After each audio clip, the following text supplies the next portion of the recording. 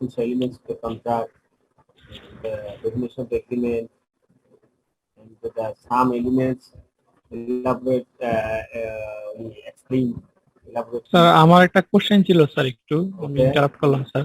If you have any questions, you can ask me.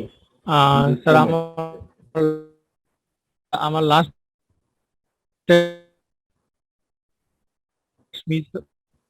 Miss হয়েছিল last দুইটা class sir. এটা কোন চ্যাপ্টারে স্যার? এটা কি চ্যাপ্টার 4 এর লাস্ট দুইটা ক্লাস করতে পারি? Chapter 4, chapter 4, 5, chapter 5, chapter 5, law of contract. Thank Chapter 5 বলতে আমি আপনাকে যেভাবে দিছি ও আপনার প্রথম যে যেভাবে সাজাইছি সেই অনুযায়ী মানে চ্যাপ্টার 5, ঠিক আছে? আমরা প্রথমেই দিন থেকে আমরা কিন্তু আপনাকে লেকচার প্ল্যান দেওয়া আছে এবং ওখানে আমরা বলছি segment A, segment B, C, D, E, F এইভাবে, ঠিক আছে?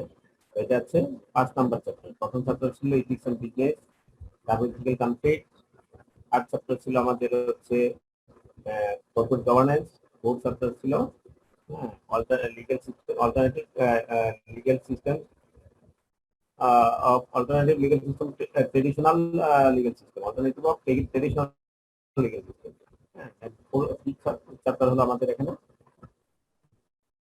ল অফ কন্ট্রাক্ট।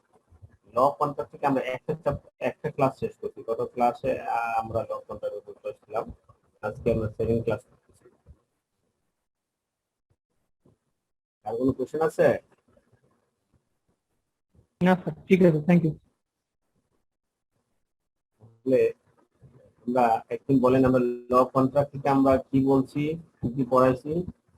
প্রথমে হচ্ছে কন্ট্রাক্ট কাকে বলে, কন্ট্রাক্ট কাকে বলে একদিন বলেন তো। কন্ট্রাক্ট থেকে আমরা কি বলছি, কন্ট্রাক্ট কাকে বলে না দেখে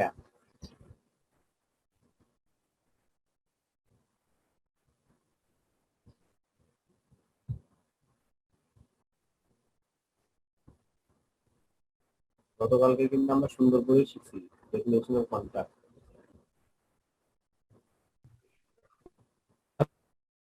কন্ট্রাক্ট হচ্ছে দুটা পার্টির মধ্যে একটা লিগ্যালি এগ্রিমেন্ট।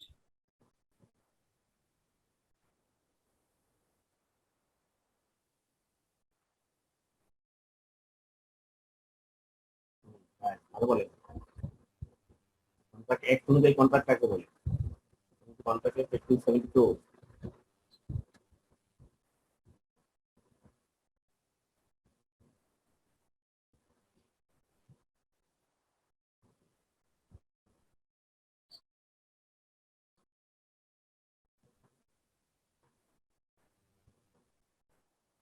হ্যাঁ, শুনতে পাচ্ছেন? কথা শুনতে পাচ্ছেন না? হ্যাঁ স্যার, পাচ্ছি তো। তাহলে কন্ট্রাক্ট অ্যাক্ট অনুযায়ী, কন্ট্রাক্ট 1872 অনুযায়ী কন্ট্রাক্ট কাকে বলে?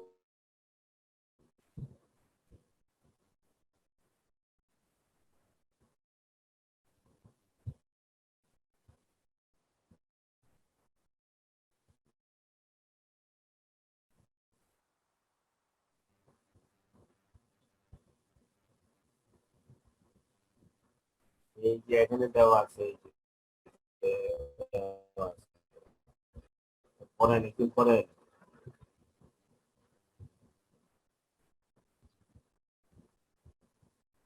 পড়েন এটা according to section 2A.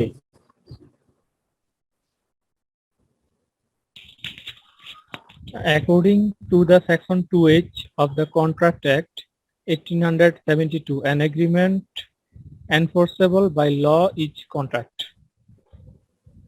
তাহলে এটা তো আপনারা সবার আপনার কি বলে এটাকে, আমি যে মুখস্থ থাকতে হবে, নট মুখস্থ। কিন্তু কোন রকম গেম গেম করে বলবেন তা না, আপনি একটু স্পষ্ট ক্লিয়ারলি বলতে হবে। an agreement enforceable by law is contract. Even আপনি সেকশনটাও পর্যন্ত বলে মুখস্থ রাখবেন, সেকশন 2A, ঠিক আছে? আপনি কেন পারেন না? আরেকজন একটু বলেন, all contracts are agreement but all agreement are not contract. Explain on your judgment.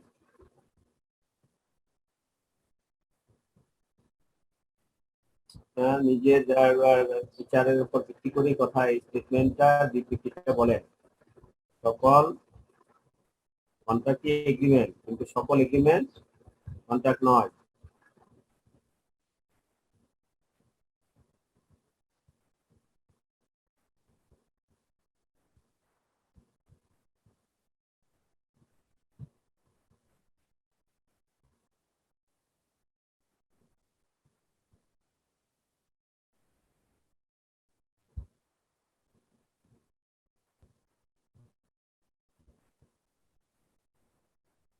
কেউ বলতে পারবো না?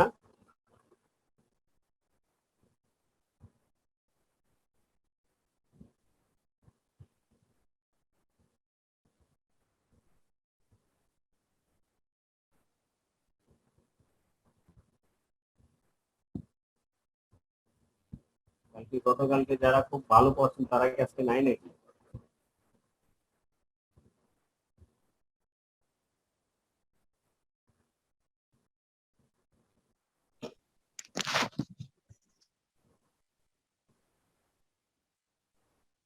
স্যার একটা জিনিস জানার দরকার ছিল স্যার, এখন বলেন।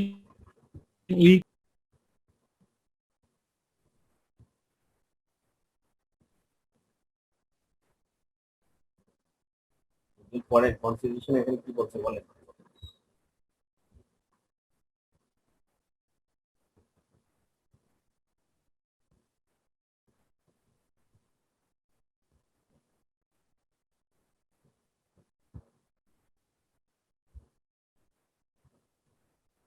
পড়েন কনসিডারেশন বলতে কি হচ্ছে এখানে স্লাইডে কি বলা বলতেছে।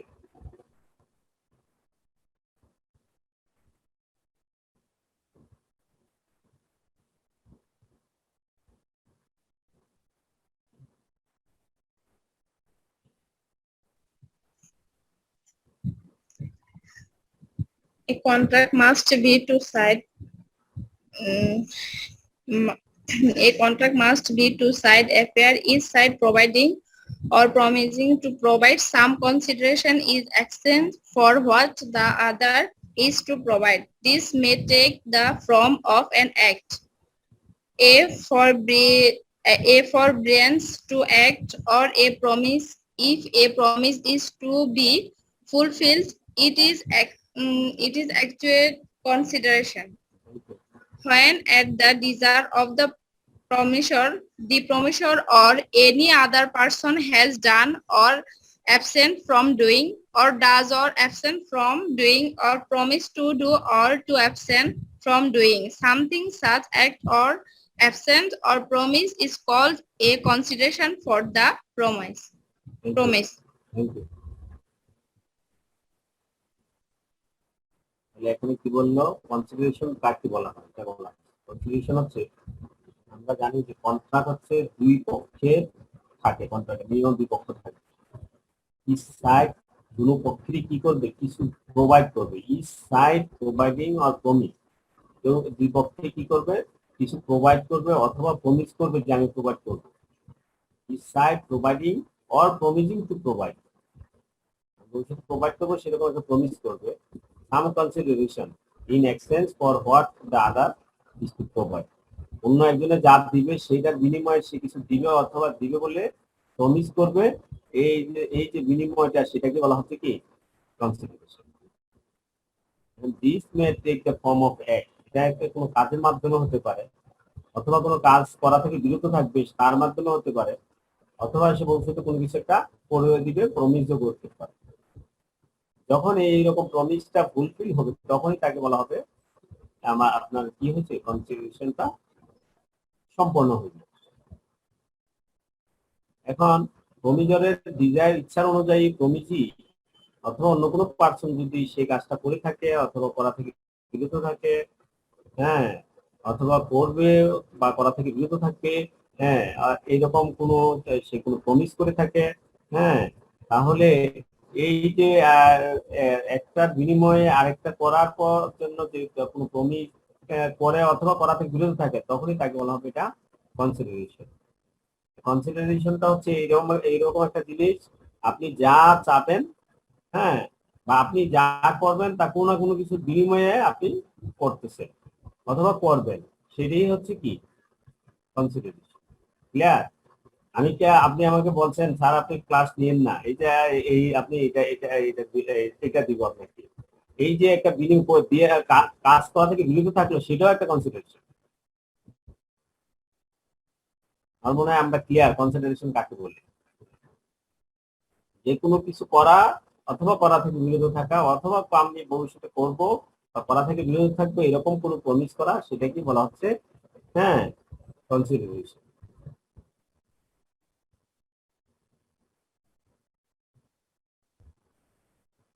Consideration or object of an agreement is lawful. পড়েন একদিন পড়েন কি বলতেছে।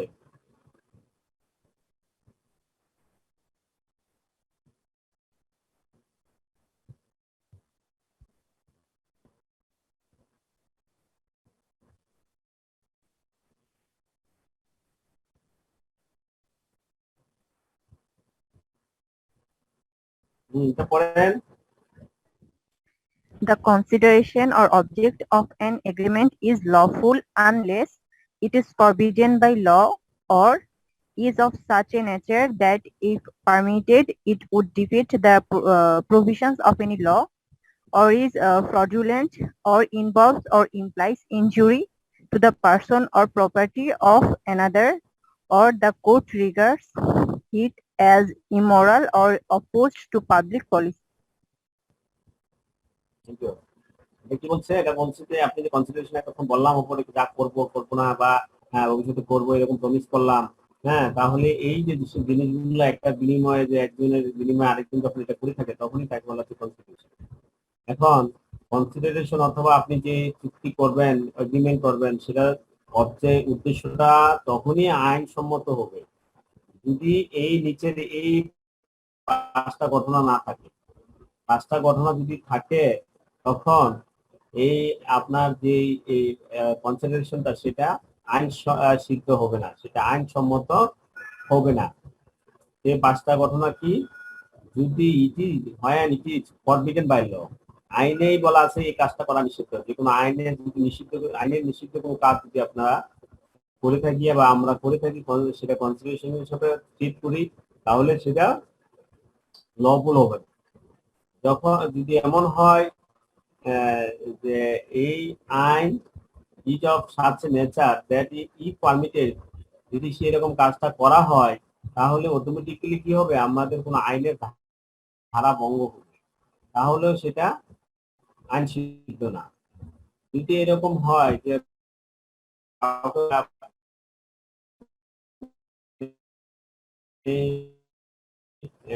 ফ্রড করার জন্য করা হয়ে থাকে, তাহলে সেটা, যদি এমন হয়, হ্যাঁ, যে এই কাজটা করার ফলে আপনি কেউ না কেউ কি হলো, ইনজুরিতে এফেক্টেড হবে, তাহলে সেটা আইন সিদ্ধ। অথবা কোর্ট বলছে, কোর্টের কোন এগেনস্টে চলে যাবে এই যে কনসিডারেশনটা আপনি দিচ্ছেন, হ্যাঁ, তাহলে সেটাও কি হবে না, লবল হবে। এই পাঁচটা ফ্যাক্টর, এই পাঁচটা ফ্যাক্টরের ক্ষেত্রে কনসিডারেশনটা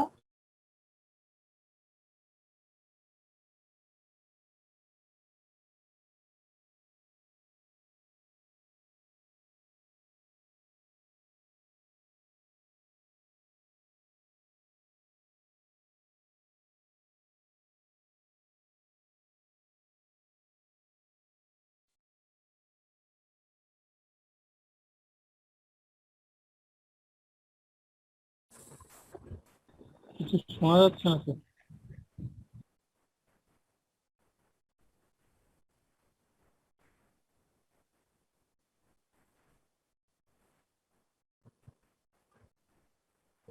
স্ক্রিন কি দেখতে পাচ্ছেন? জি স্যার। Yes, sir.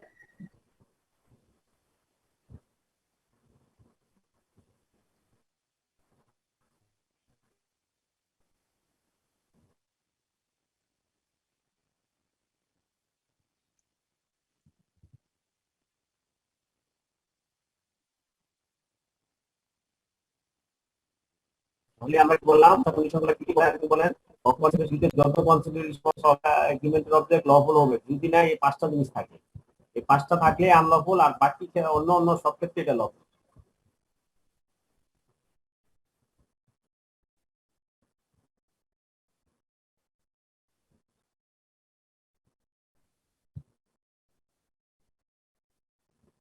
তাহলে বলেন এই পাঁচটা পয়েন্ট কি একজন বলেন আরেকজন বলেন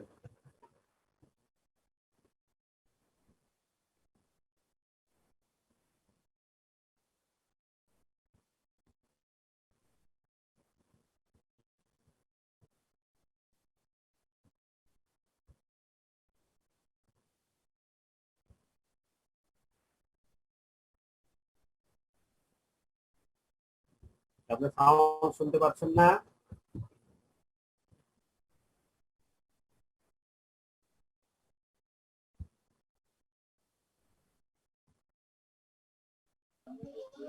একটা নেটওয়ার্কের সমস্যা স্যার। আর সমস্যা আমার এখানে না আপনার এখানে সব জায়গায় তো মনে হচ্ছে, এখানে তো ক্লিয়ার আছে।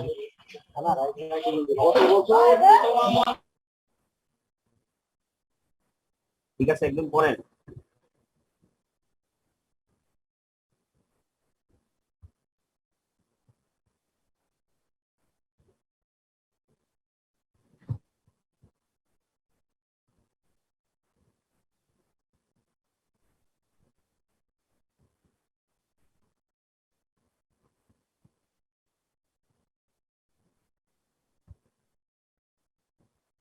ঠিক আছে না পড়লে তাহলে আমরা সামনের দিকে আগাচ্ছি কনসিডারেশন এই পাঁচটার ক্ষেত্রে এটা লফুল হবে না অন্যান্য ক্ষেত্রে সেগুলা লফুল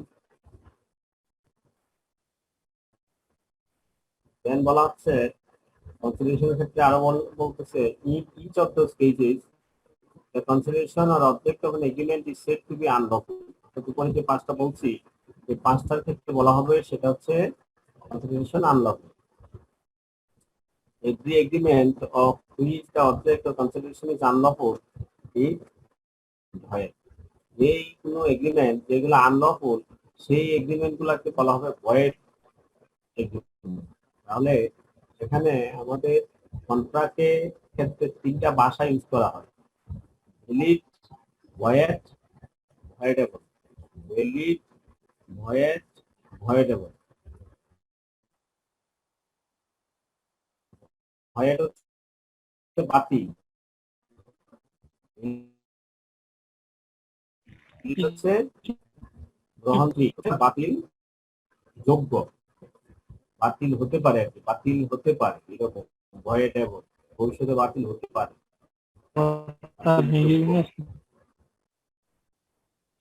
হ্যাঁ বলেন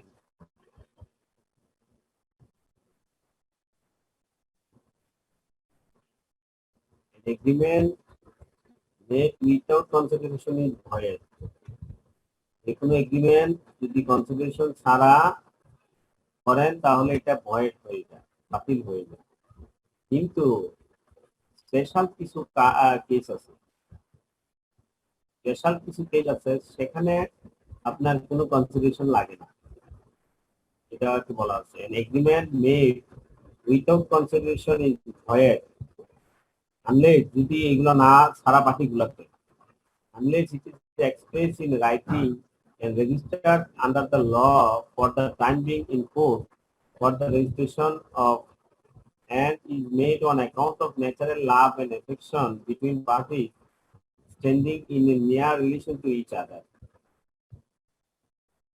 প্রকৃতিগতভাবে ভালোবাসা থেকে নিকট যে লোককে যদি আপনি কোনো কিছু রেজিস্ট্রেশন করে দেন হ্যাঁ আর সেই ক্ষেত্রে আপনার কোনো কি লাগে না কনসিডারেশন লাগে না সেই এগ্রিমেন্ট হচ্ছে ভ্যালিড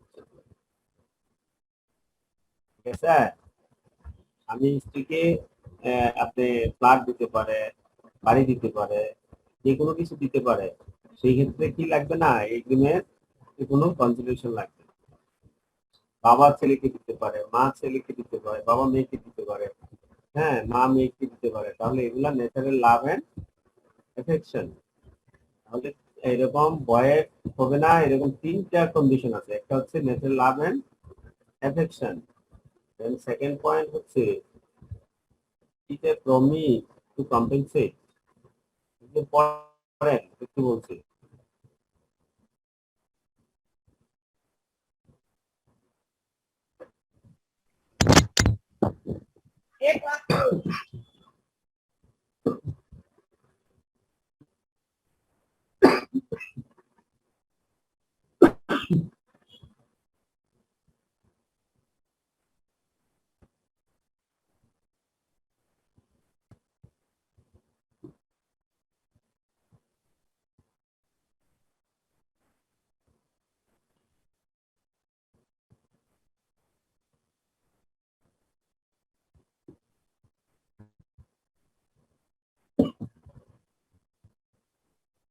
একদম পড়েন, বললাম উপরেরটা আমি বললাম। It is promi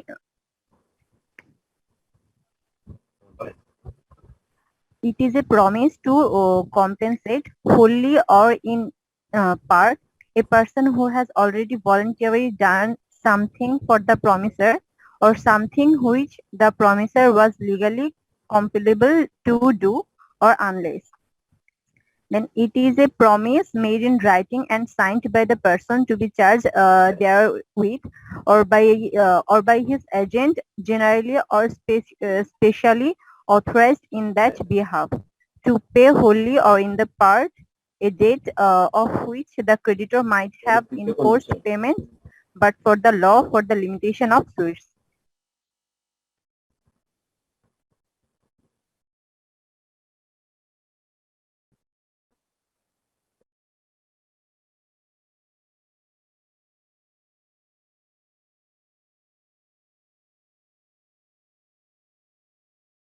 একটা তিনটা কন্ডিশন,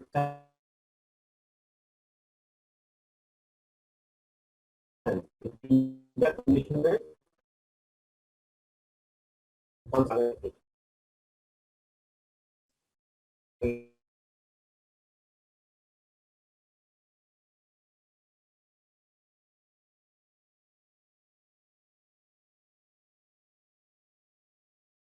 তিনটা কন্ডিশন, এই তিনটা কন্ডিশনে দেওয়া হচ্ছে সেইটা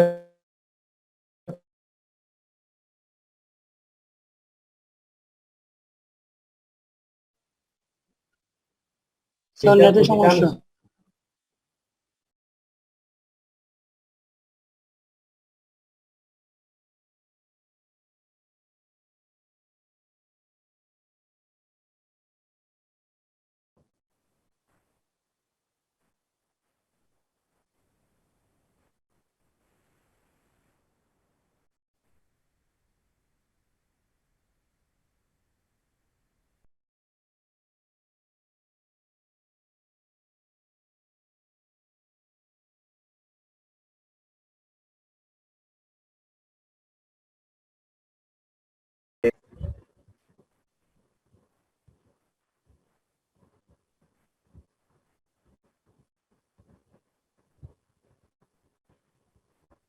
এখন থার্ড যে পার্ট,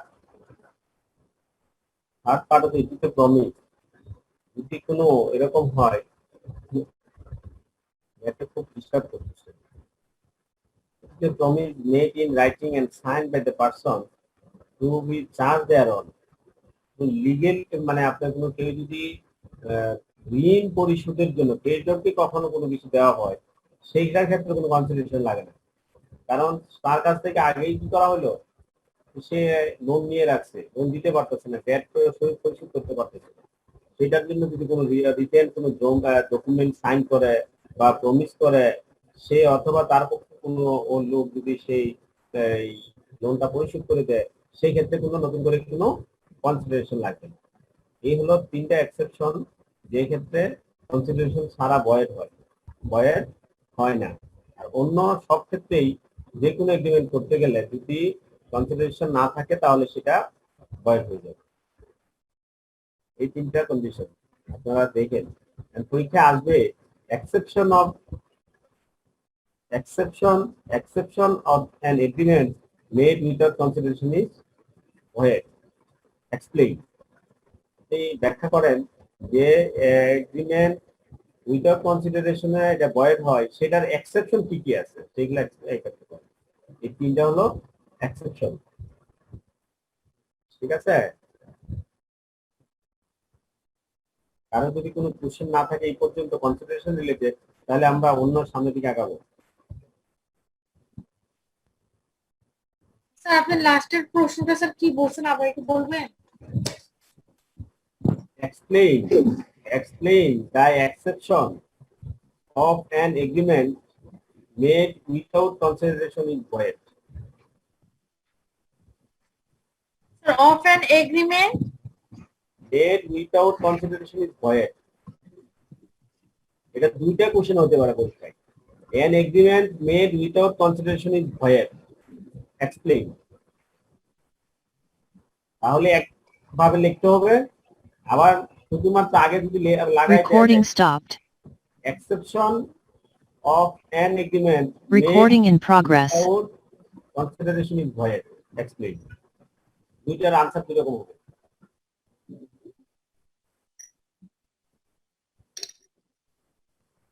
স্যার এখানে কোশ্চেনটা স্যার যদি বাংলা করি তাহলে সেরকম হচ্ছে যে কনসিডারেশন ছাড়া যদি কোনো এগ্রিমেন্ট হয় সেক্ষেত্রে স্যার সেটা ভয়েড হবে, Void হবে। কিন্তু তিনটা এক্সেপশন ছাড়া মানে তিন ক্ষেত্রে হবে না, তিনটা তিন ক্ষেত্রে ভয়েড হবে না। হবে, right.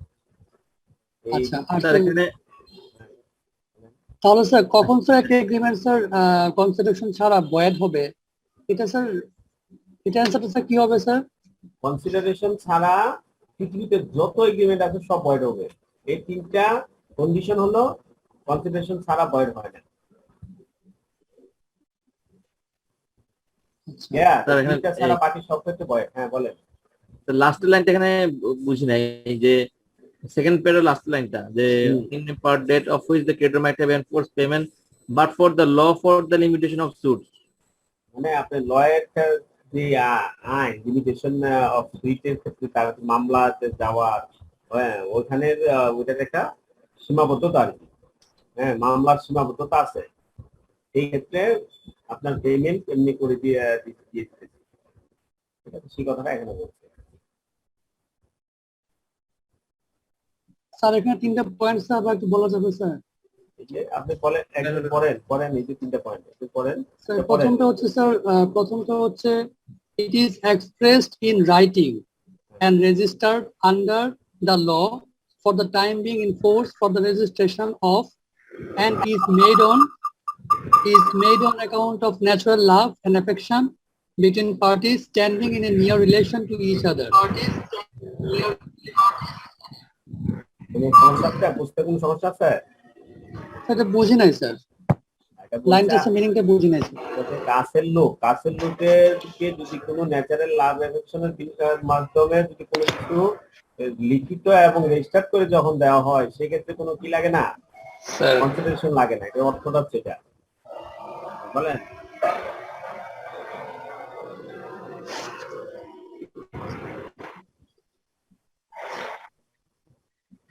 ক্লিয়ার?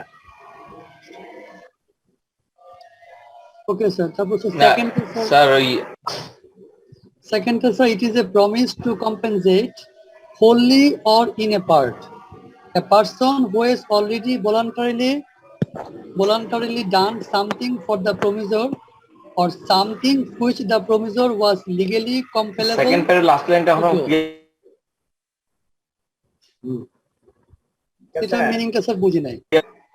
এটা হচ্ছে কেউ যদি ভলান্টারি কোনো সার্ভিস অলরেডি করে থাকে, ভলান্টারি করে সার্ভিস দিয়ে দিছে, এখন আপনি কোনো কিছু ঘোষণা দিচ্ছেন, প্রমিস করছেন যে আমি যদি এই কাজটা যা করে দিবে তারা আমি টাকা এটা দিব।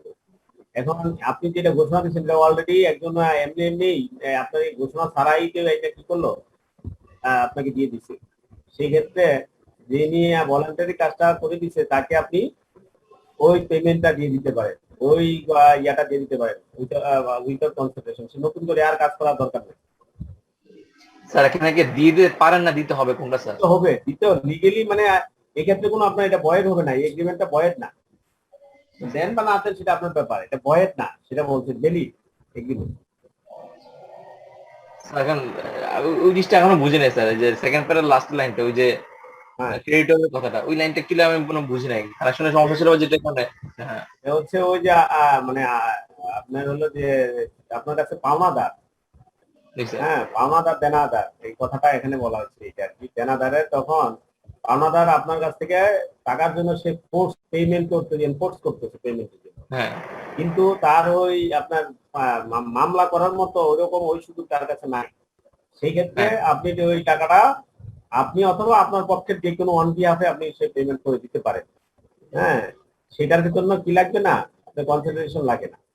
হ্যাঁ, অথবা পেমেন্ট করতে পারেন অথবা আপনি প্রমিস করতে পারেন, যে যেটাই করেন না কেন সেই এগ্রিমেন্ট এটা ভ্যালিড এগ্রিমেন্ট হয়, সেই কথাটা এখানে বলছি। মানে এখানে but for the law for limitation suits বলতে তার মামলা করার সীমাবদ্ধতা, মামলা সে করতে পারতেছে না, এটা বোঝানো হচ্ছে। এটা বোঝানো হচ্ছে। আচ্ছা আচ্ছা, ঠিক আছে।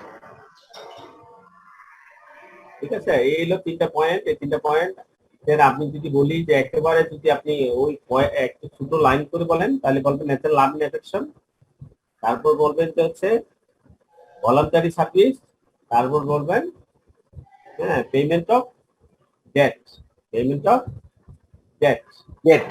হ্যাঁ ও লোন পরিশোধের জন্য। তো এটা হলো পয়েন্ট, এর ভিতরে এইগুলো আছে আপনার টোটালটা ব্যাখ্যা আছে।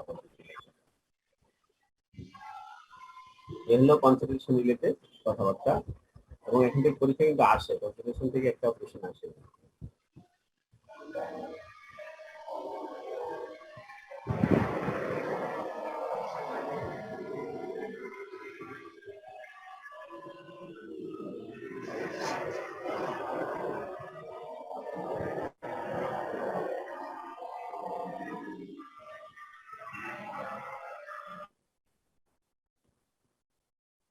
এখন দেখেন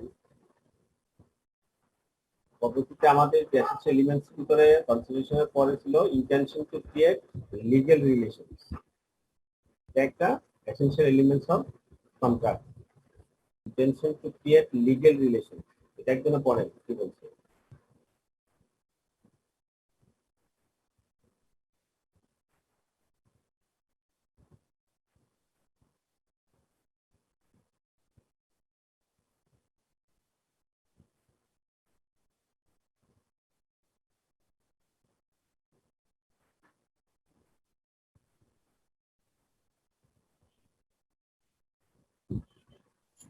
কথা বলেন, An agreement will হ্যাঁ বলেন বলেন। an agreement will only be recognized as a contract if the parties intended that the agreement should be legally binding. With agreements of a friendly, social, or domestic nature, this intention is rarely present. In fact, the law presumes that there is no such intention in the absence of strong evidence. Sir, an agreement enforceable by law is a contract. An agreement not enforceable by law is said to be void. An agreement which is enforceable by law at the option of one or more of the parties, but not at the option of the other or others, is a voidable contract. If any part of the single consideration for one or more object, or any one or any part of any one of several considerations for a single object is unlawful, the agreement is void. Thank you, এটা অন্য জায়গা থেকে আসছে। এটা এটা হবে এখানে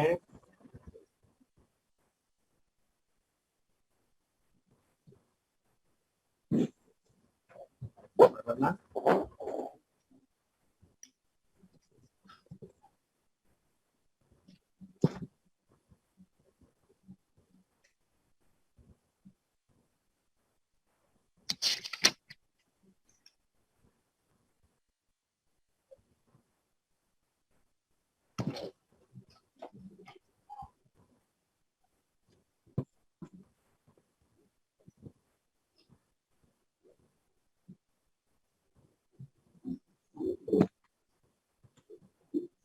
ঠিক আছে, নতুন এটা এখানে একটা নতুন জিনিস আমরা জানলাম। এখানে 3টা ডেফিনেশন আছে, তারপরে মনে হয় আমাদের আরেকটা স্লাইডে আছে, valid, void and voidable contract.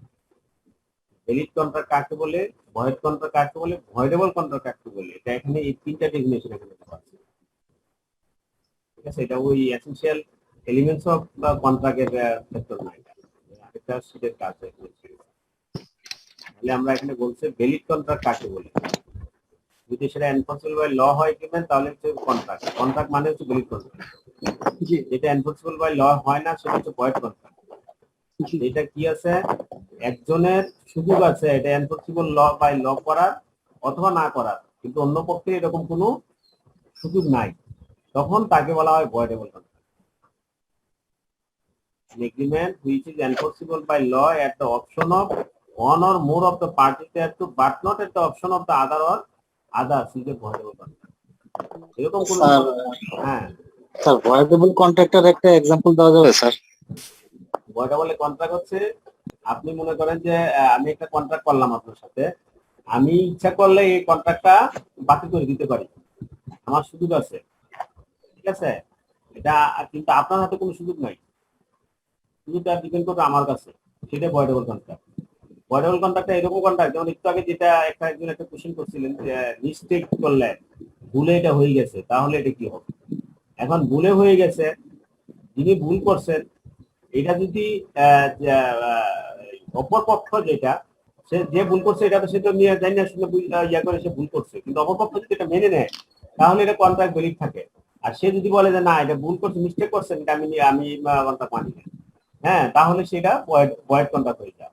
এরকম কন্ট্রাক্ট যেখানে কন্ডিশনে একটু ঝামেলা আছে, যেটা ইচ্ছা করলে একজন যদি প্রটেস্ট করে তাহলে এটা ভয়েড হয়ে যায়, আর যদি প্রটেস্ট সে না করে সে যদি মেনে নেয় তাহলে এটা ভ্যালিড কন্ট্রাক্ট হয়। সেরকম এটা ওয়ান পার্টির উপরে ডিপেন্ড করে। আমি এটা কন্টিনিউ করব নাকি এখানে করবো না, এটা ডিপেন্ড করবে তার উপর। সে ইচ্ছা করে এটাকে ঠিক আছে আমি এটা গ্রহণ করে নিলাম, তাহলে ওকে, আর যদি সে বলে না আমি গ্রহণ করতে পারবো না, তাহলে এটা ভয়েড কন্ট্রাক্ট। তাহলে এই জাতীয় যদি কোনো কন্ট্রাক্ট সিচুয়েশন ক্রিয়েট হয়ে যায় তখন তাকে বলা হতে পারে।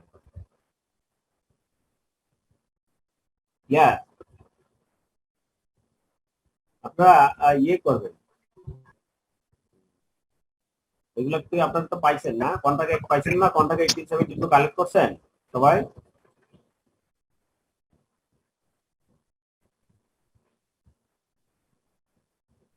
কন্ট্রাক্ট 1872 কালেক্ট করছেন সবাই, অথবা মেল থেকে ইনস্টিটিউট থেকে মেল করছে কিনা? না স্যার, মেল করি নাই স্যার করে না তো স্যার। স্যার কম্বাইন্ড যে শীটটা প্রোভাইড করছেন স্যার ওখানে আছে তো কম্বাইন্ড কবে প্রোভাইড করছে স্যার? এই যে সবগুলো একসাথে সব কি একসাথে দিয়ে দিছে?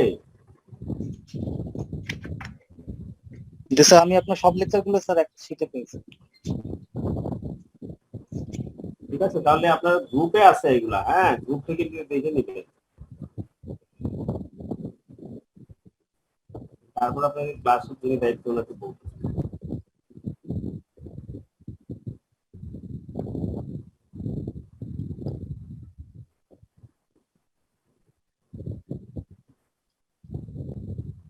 আপনার কি আছেন নাকি? আপনারা কি অনুষ্ঠ করতেছেন? আচ্ছা শুনেন, ওই আমার যে লেকচার শিট গুলার সাথে যে বিভিন্ন অ্যাক্ট গুলা দিছি সেগুলা কি দিয়ে দিচ্ছেন স্টুডেন্টদেরকে মেল করে? সব কি একসাথে দিয়ে দিচ্ছেন সবগুলা? আচ্ছা আচ্ছা, মানে ক্লাস শুরুতেই সব সাবজেক্ট সব চ্যাপ্টারের একসাথে দিয়ে দিয়েছে।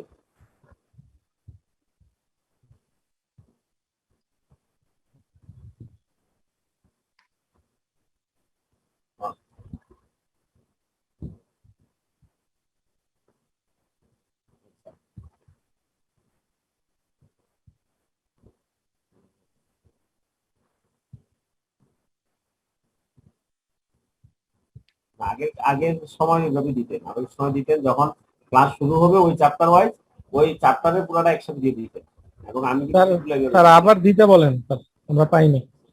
এইভাবে আমার মনে হয় যেভাবে দিতে পারেন আপনার কাছে, যেভাবে ওই আমি লেকচার প্ল্যান দেওয়া আছে, হ্যাঁ, গত ক্লাসের সময় যেভাবে দেওয়া আছে সেটা অনুযায়ী লেকচার প্ল্যানের শুরুতে যে চ্যাপ্টারটা শুরু হবে সেখান থেকে আপনি দিয়ে দেন একবারে। স্যার নতুন করে দিলে পরে ভালো হয় স্যার। ঠিক আছে,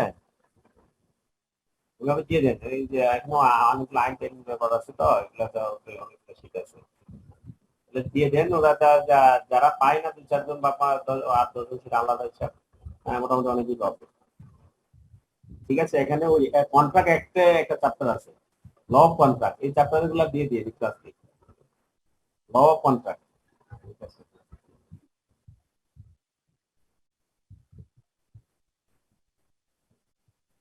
ঠিক আছে, আপনারা কালেক্ট করবেন আপনাদের একজন কোঅর্ডিনেটর বা রিপ্রেজেন্টেটিভ কাছে প্রথমে ক্লাসে সবগুলো দেওয়া হচ্ছে এবং তখনই আপনাদেরকে দেওয়া হয়েছে, আপনারা ওখান থেকে হেল্প নিতে পারেন, গ্রুপে আছে, গ্রুপ থেকে নিতে পারেন। হ্যাঁ, তারপর আমি বলছি আজকে হয়তো মেলটেল করবে। হ্যাঁ, আপনারা কালেক্ট করবেন কন্ট্রাক্টে sir sale of goods. Sir আপনার এই শীটটাই পড়তে হবে নাকি আমাদের আলাদাভাবে বই কিনতে হবে? আমি যেটা বলতে সেগুলো পড়বেন। জি স্যার। সেটা আপনার ব্যাপার। ওই যে অ্যাক্ট গুলো দিচ্ছি আপনি contract sale of goods act 1930, জি স্যার। এগুলো দেখবেন। বই দিয়া পাবেন তো, বই কে লিখবো, কে আপনি রেগুলার দিব আর আপনি পড়বেন, এই সুযোগ নাই। না বুঝছি স্যার। তাহলে আমরা এখান থেকে বয়েড এন্ড বয়েডেবল কন্ট্রাক্ট দেখলাম। একদিন পরে না আমরা এটা একটা ট্রান্স আমরা করছিলাম, মিস রিপ্রেজেন্টেশন, এটা বলতে কি বোঝায় কেন বলেন?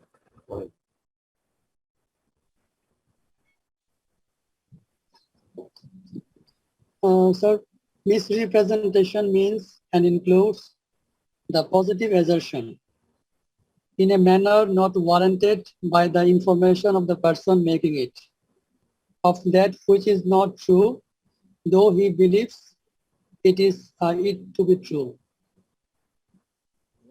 পজিটিভ অ্যাজাম্পশন দেওয়া আছে, সে জানে যে এটা সত্য না কিন্তু সে এটাকে সত্য বলে বিশ্বাস করে নিতে, এরকম যদি হয় তাহলে এটাকে মিসরিপ্রেজেন্টেশন।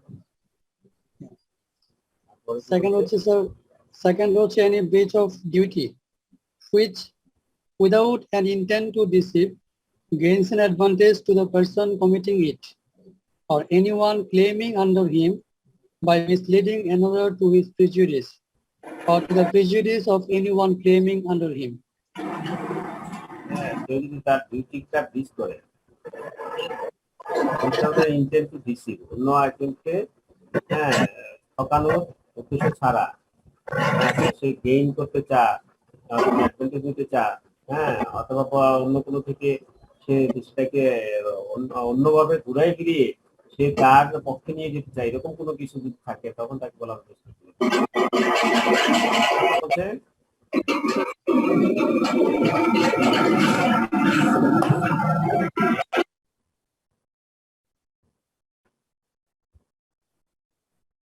বলছে misrepresentation causing however innocently,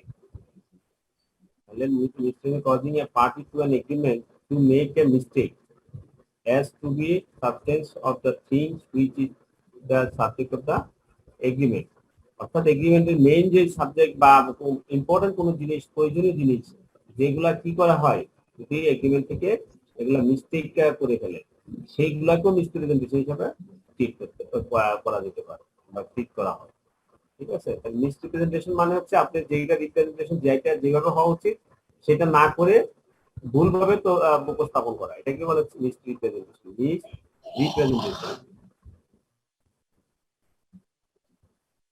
তারপর বলছে বয়েডেবল বয়েড অ্যাপ ইনিশিও এগ্রিমেন্ট, তবে আমরা যেটা বললাম বয়েড কন্ট্রাক্ট কাকে বলি, উদাহরণ সহ দেওয়া আছে।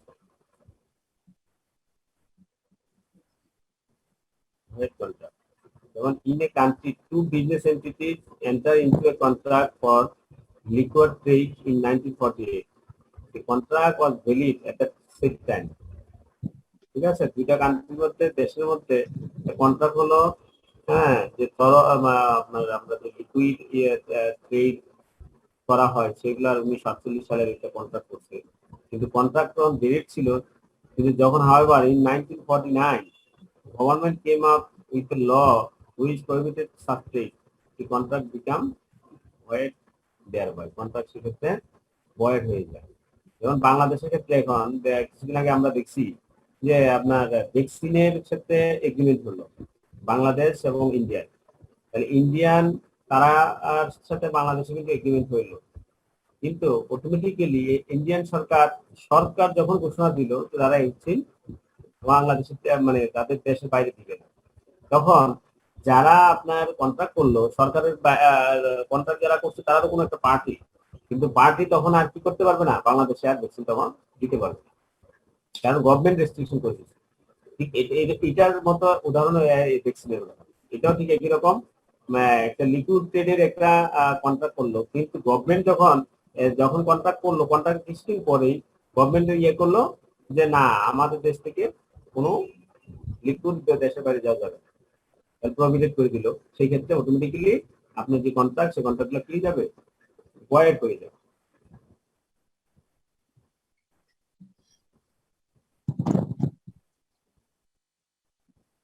ভয়েডেবল কন্ট্রাক্ট, এটা একদম পড়েন।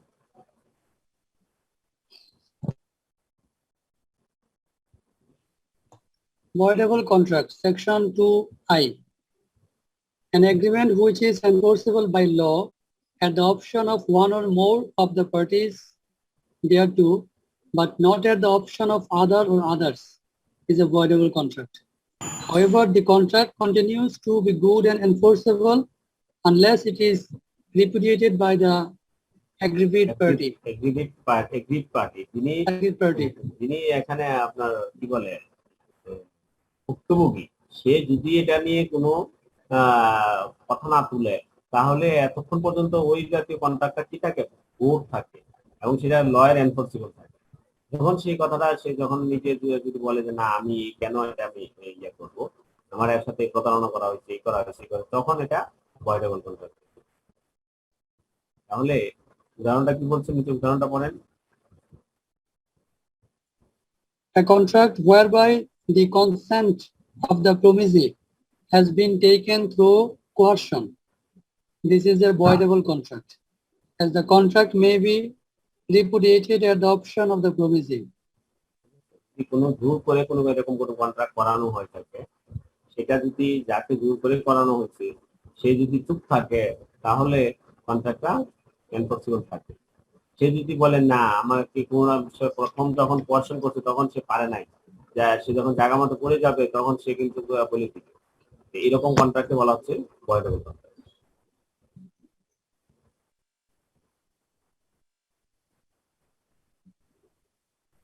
তারপর কি বলছে পরে, void ab initio contract. The term void ab initio, which means to be treated as invalid from the outset, comes from adding the Latin phrases ab initio, from the beginning, as a qualifier. This means that legally a contract was void as soon as it was created. A contract which is void from the beginning, certain contracts are void from the beginning. Example, a contract with a minor would be void ab initio, as minor is an incompetent party to the contract. মানে void ab initio contract মানে হচ্ছে যে কন্ট্রাক্টটা আপনি শুরুতেই আপনার এটা বলা আছে, এই যারা কোনো কন্ট্রাক্ট করতেই পারবে না, সেটা কোয়ারশন হয়েছে কি না হয়েছে সেগুলো চিন্তা করার দরকার নেই, শুরুতেই কন্ট্রাক্ট করতে পারবে না, যেমন হলো মাইনর যারা করে। একজনকে আপনি মার্ডার করার জন্য কন্ট্রাক্ট করলেন, কিভাবে কন্ট্রাক্ট করলেন, কত টাকা ভিতরে কন্ট্রাক্ট করলেন, কন্ট্রাক্টের এসেনশিয়াল এলিমেন্টস অন্যগুলো আছে কিনা, এগুলো চিন্তা করার দরকার নেই। মার্ডার করার সম্পূর্ণই শুরুতেই কি বলা আছে, এটা কোনো কন্ট্রাক্ট হয় না, এটা হচ্ছে ভয়েড, শুরুতেই বলা আছে যে এটা ভয়েড, সেগুলো হচ্ছে ভয়েডের ইনিশিয়াল কন্ট্রাক্ট।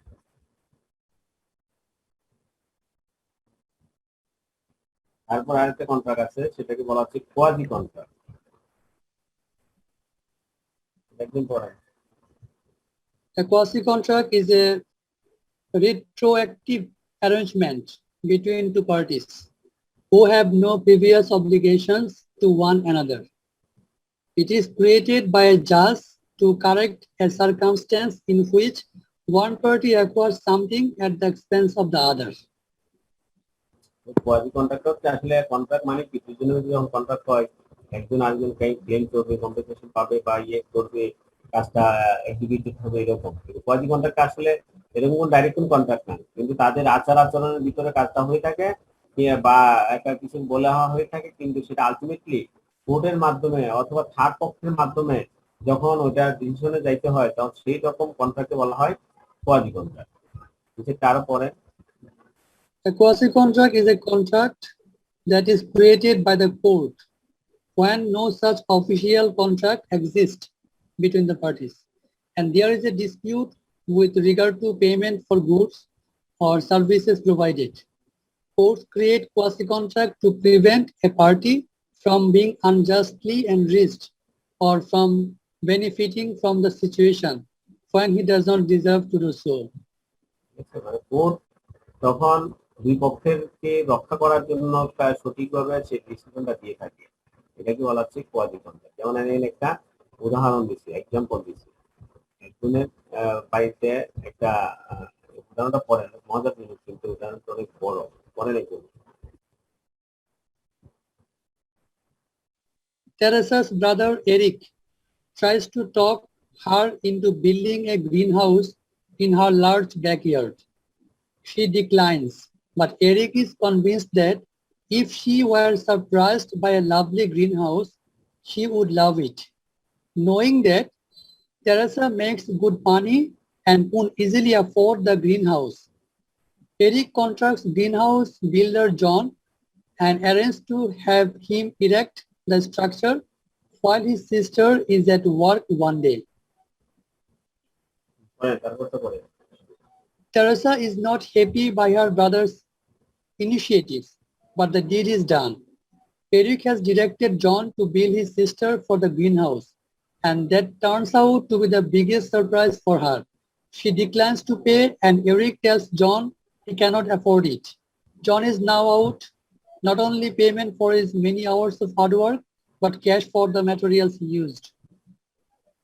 মানে কি বলছে একজনের ভাই বোনের জন্য বোনের কাছে বললো বোন অনেক বড় লোক ভাই বোনকে বললো যে তারকে একটা গ্রিন হাউস তৈরি করে দিতে তার ওখানের ভিতরে একটা পিছনে একটা গ্রিন হাউস তৈরি করে দিতে এখন বোন বলছে না আমার এগুলো লাগবে না কিন্তু ভাই চিন্তা করছে যে না আমি তাকে যদি তারা আমি এটা তৈরি করে দিই সে এটা খুব পছন্দ করবে তখন সে ঠিকই সব টাকা পয়সা সবকিছু দিয়ে দিবে এই চিন্তা করে সে গ্রিন হাউস তৈরি করবে তার সাথে কোম্পানির সাথে সে কথা বলার পরে কোম্পানি কি করলো যেটা এরকম আমি একটা আমার বোনের এখানে এরকম গ্রিন হাউস তৈরি করে দিল সে কি করলো সেটা তৈরি করে দিল তৈরি করে দেওয়ার পরে যখন টেরেসা দেখলো তার বোন যখন দেখলো সে এটা খুশি হয় নাই সে বরংশ থেপে গেছে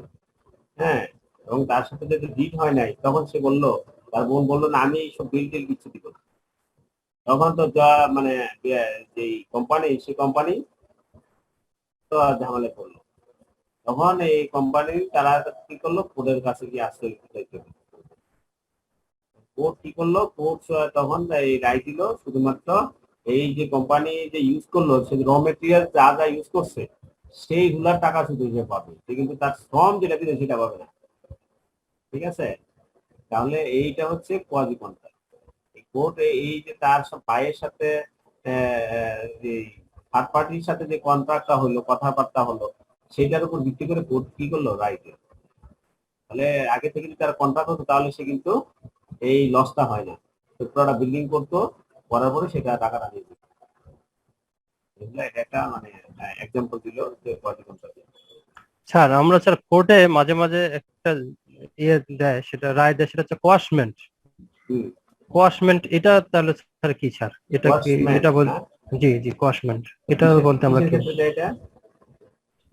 স্যার যে কোনো অফিসে কাউকে যদি কোনো কিছু থেকে বঞ্চিত করা হয় বা কোনো কিছু দেয় না তাহলে সে কোর্টের দ্বারস্থ হলে কোর্ট সেটা রায় দিয়ে দেয়, কোয়াশমেন্ট করে।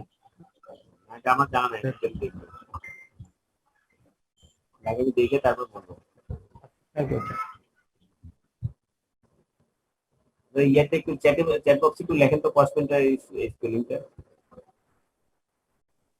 চ্যাট বক্স আছে ইনঅ্যাক্টিভ স্যার। স্যার আমাদের নেক্সট ক্লাসটা কি একটু জানা যাবে? ওই আমাদের আইসিএমবি কর্তৃপক্ষ কি বলতে পারবে এখানে যিনি আছেন? নেক্সট ক্লাস আজকে ক্লাস স্যার নেক্সট ক্লাসটা কবে? ওই সাদ্দাম ভাই বলতে পারবে? কোন ক্লাস? এই ফিক্সের ক্লাস? হ্যাঁ এই দিকটাই আপনি ফিক্সের ক্লাসটা বলা যাচ্ছে না। নেক্সট ক্লাস নেক্সট রবিবারে হওয়ার সম্ভাবনা বেশি। নেক্সট রবিবার। নেক্সট রবিবার? হ্যাঁ এই মানে না, এই পরবর্তীতে এই কয়দিন থাকবো না। প্রতি রবিবার থেকে ইনশাআল্লাহ সব কন্টিনিউ হবে। Chat box sir disable sir. Disable না? ঠিক আছে, আমি দেখে নিব।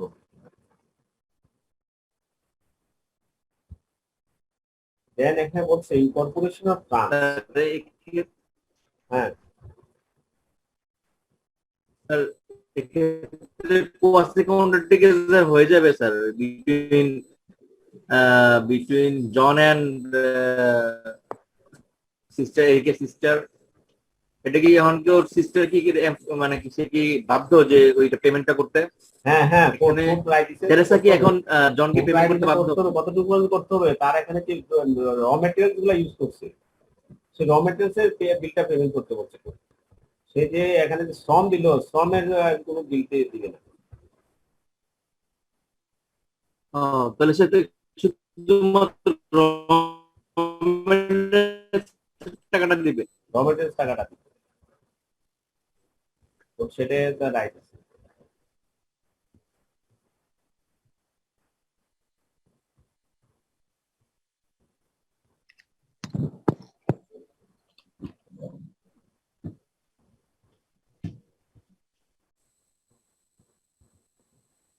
তারপর এখানে ইনকর্পোরেশন অফ ট্রান্স, এই যে ইনকর্পোরেশন অফ ট্রান্স, এগুলো হচ্ছে আমাদের নতুন আরেকটা আইন আছে, সেল অফ গুডস অ্যাক্ট 1930। সেখান থেকে আমরা গুডস অ্যাক্টের ক্ষেত্রে এরকম ট্রান্সগুলো আমরা দেখি। Law on the incorporation of express trans may be summarized in a single sentence. Express trans may be incorporated by the following means: incorporation by actual notice, incorporation by signature, incorporation by the provision of reasonable notice, incorporation by a course of dealing. মানে আপনার কোনো trans কিভাবে নতুন করে ঢোকানো হয়, trans নতুন করে ঢোকানো যায় অ্যাকচুয়াল নোটিশের মাধ্যমে, ইনকর্পোরেশন কোনো সিগনেচার মাধ্যমে হতে পারে, incorporation by provision of reasonable notice, incorporation by course of dealing. এবার ক্লাস কি আমরা নামাজ বিরতি দিব না একবার শেষ করে দিব? আমাদের বিরতি দিলে ক্লাস শেষই, মানে আমাদের বিরতির পরে আসলে ক্লাস থাকে না। একবারে ক্লাস শেষ করে দেন। এক্সপ্রেস টার্ম, এক্সপ্রেস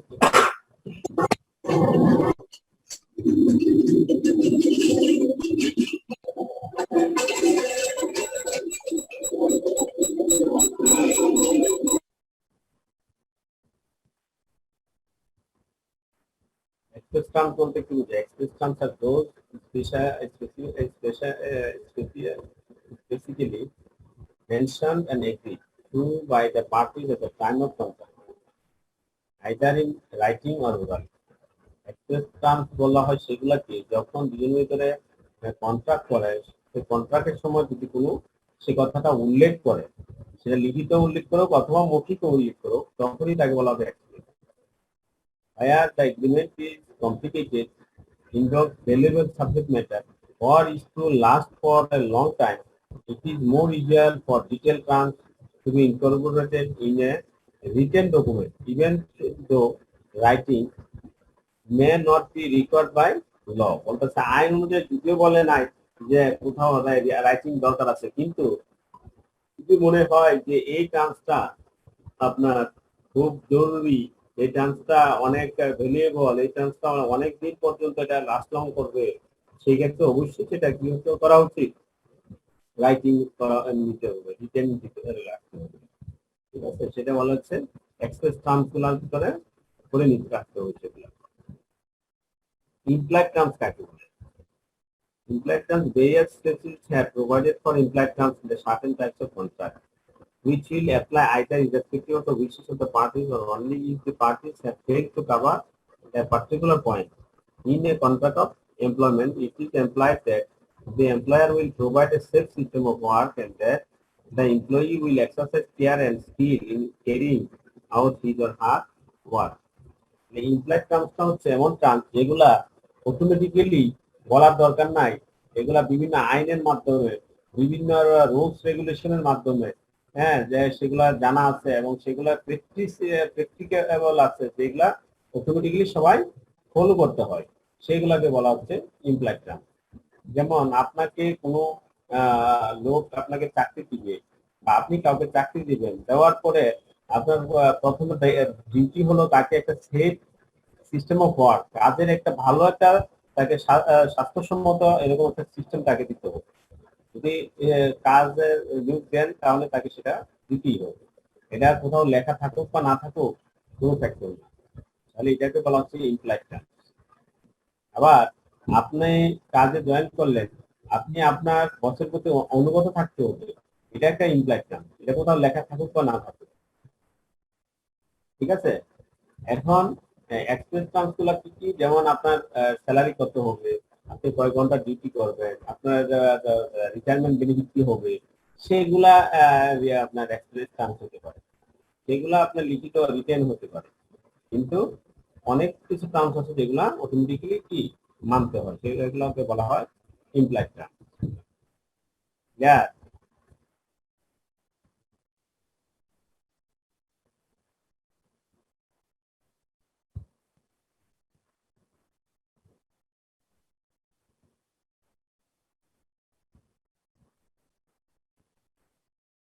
এখন ইমপ্লয়েড টার্ম সম্পর্কে এখানে আরো কথাবার্তা আছে, এগুলো আপনি দেখবেন। কন্ডিশন এর ওয়ারেন্টি কি, এগুলো আমরা নেক্সট ক্লাসে আমরা এগুলো বলবো। কন্ডিশন কাকে বলে, ওয়ারেন্টি কাকে বলে, এগুলো দেখবেন আপনারা। Condition, warranty, when condition to be treated as warranty, when condition to be how to determine the status of contractual terms, এগুলো আমরা নেক্সট ক্লাসে আমরা আলোচনা করব। এর ভিতরে আপনাদের কোনো কোশ্চেন থাকলে করতে পারেন। স্যার ক্লাসে প্রেজেন্টেবল স্যার, চ্যাট বক্সে স্যার অফ করে রাখা। চ্যাট বক্সে কি প্রেজেন্ট দেওয়া যায়? জি স্যার, নাম লিখতে হয়, তারপরে রেস্টুরেন্ট নাম্বার লিখতে হয়। ভাইয়া ওইটা রিনেম করে দিলেই হয়, চ্যাট বক্সে লিখতে হয় না। কোথায় করবো রিনেম? রিনেম করে আপনার ওই যে উপরে নামের ওখানে রেজিস্ট্রেশন নাম্বার ওখানে লিখে দেন। ঠিক আছে, আপনারা মানে আস্তে আস্তে বেরিয়ে যান, অসুবিধা নেই, আমরা নামাজ পর্যন্ত অপেক্ষা করি। সবাই ভালো থাকেন। নেক্সট ক্লাস কখন হবে আপনাদের মেইল করে জানানো হবে, ঠিক আছে? এর ভিতরে আর কারো কোনো কোশ্চেন আছে কিনা?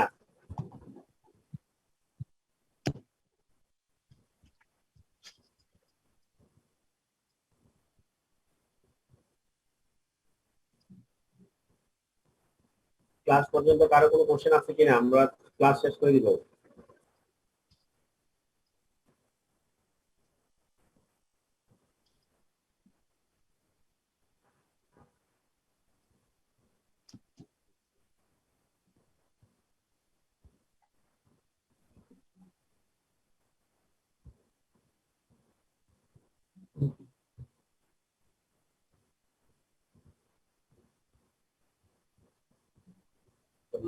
নামাজের জন্য অফ থাকবে, নামাজের জন্য।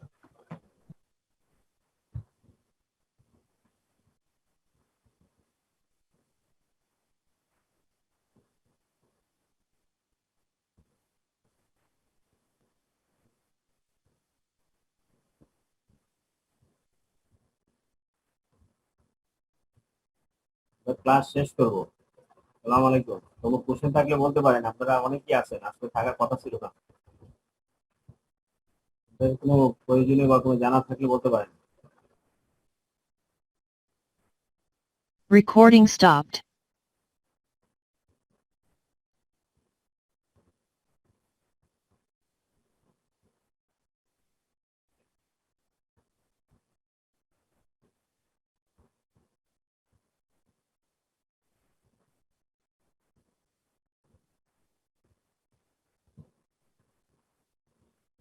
আর কোনো কোশ্চেন নাই না? তাহলে আমরা শেষ করে দিলাম। জি স্যার। হ্যাঁ, সবাই ভালো থাকেন। নেক্সট ক্লাস ইনশাল্লাহ দেখা হবে। তখন হচ্ছে বলা যাচ্ছে না, কারণ হলো পরিস্থিতি অনুযায়ী আপনাদেরকে মেইল করবে তখন ক্লাস ওকে স্যার। আমার শিডিউলে আমার ক্লাস হচ্ছে শুক্র শনিবার, এর আগে তো আমার ক্লাস। ওকে, আল্লাহ হাফেজ, সবাই ভালো থাকেন।